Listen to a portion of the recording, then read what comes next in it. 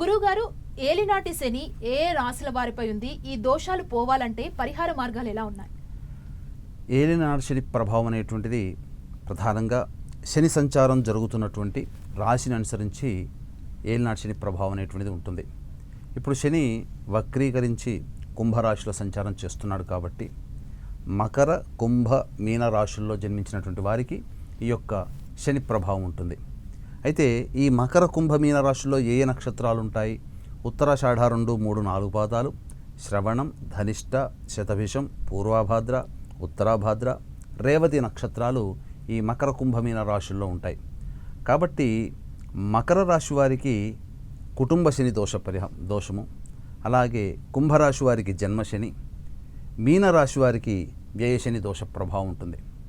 అయితే ఈ యొక్క శని ప్రభావం అనేటువంటిది ప్రధానంగా ఎటువంటి ఇబ్బందుల్ని కొని తీసుకొని వస్తుంది అని అంటే, అయితే చాలామంది వీక్షించేటువంటి 10 TV ప్రేక్షకులు ఏమనుకుంటారంటే, శని వలన కష్టాలు వచ్చాయి, 7.5 వలన ఇబ్బందులు ఎదుర్కొంటున్నాము శని అని చెప్పి తిట్టుకుంటూ ఉంటుంటారు.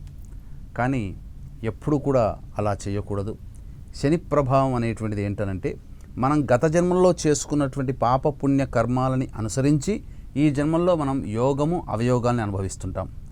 ఎప్పుడూ శనిని దోషిగా చూడకూడదు. ఎందుకనంటే ఈ ఏలినాటి శని ప్రభావం ఉన్నప్పుడే స్వర్గీయ నందమూరి తారక రామారావు గారు ముఖ్యమంత్రిగా అయ్యారు, అఖండ విజయాన్ని పొందారు, బర్తరఫ్ అయిన మళ్ళీ తిరిగి ఎన్నుకోబడ్డారు అఖండ విజయంతో. మరి ఏలినాటి శని ప్రభావం ఉన్నప్పుడు వారికి పదవి యోగం ఎలా సంభవిస్తుంది? కాబట్టి విచక్షణ అనేటువంటిది మనం ఇక్కడ వాడుకోవాలి.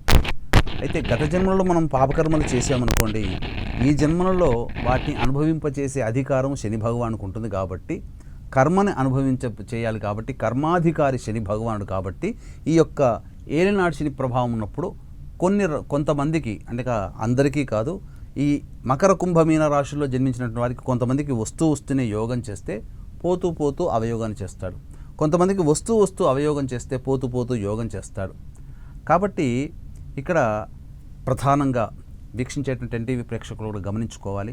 ఈ యొక్క శని ప్రభావం వలన సమస్యలు అనేటువంటివి వస్తాయి. మనం ఎప్పుడు కూడా సంతోషము, సుఖము, యోగాల గురించి శని వలన వచ్చినప్పుడు చెప్పుకోని అవసరం లేదు. కానీ ఈ యొక్క శని ప్రభావం వలన సమస్యలు ఎదురయ్యేటువంటి వాళ్ళకి ఎటువంటి సమస్యలు వస్తాయనేటువంటి విషయంలోనే మనం తెలుసుకోవాలి. ముఖ్యంగా ఈ శని ప్రభావం అనేటువంటిది ఉన్నప్పుడు ప్రతి మనిషికి కూడాను ఆయుష్ మీద దెబ్బ కొడుతుంది, అనారోగ్యం పాలవుతుంటారు. అలాగే కొంతమంది తమ దగ్గర డబ్బులు తీసుకుని ఉంటారు, ఇక తిరిగి అప్పు చెల్లించలేకపోతారు. అంటే మన డబ్బు వెళ్ళిపోతుంది, తిరిగి డబ్బు రాదు. కొంతమంది ఉద్యోగాలు కోల్పోతుంటారు, పదవిని కోల్పోతుంటుంటారు. అలాగే చాలామంది కింది స్థాయి ఉద్యోగస్తులతో మాట పడుతూ ఉంటుంటారు, గృహ నష్టం జరుగుతుంది, వాహన నష్టం జరుగుతుంది. ఇలా మన నుంచి దూరంగా వెళ్ళిపోయేటివి. ఎందుకనంటే మనతో పాటు కర్మ ఉంటే మనతో పాటు అంటిపెట్టుకుని ఉంటాయి. కర్మ తీరిపోయిన తర్వాత అవి మన నుంచి వెళ్ళిపోతాయి, వస్తువైనా వ్యక్తులైనా కానీ.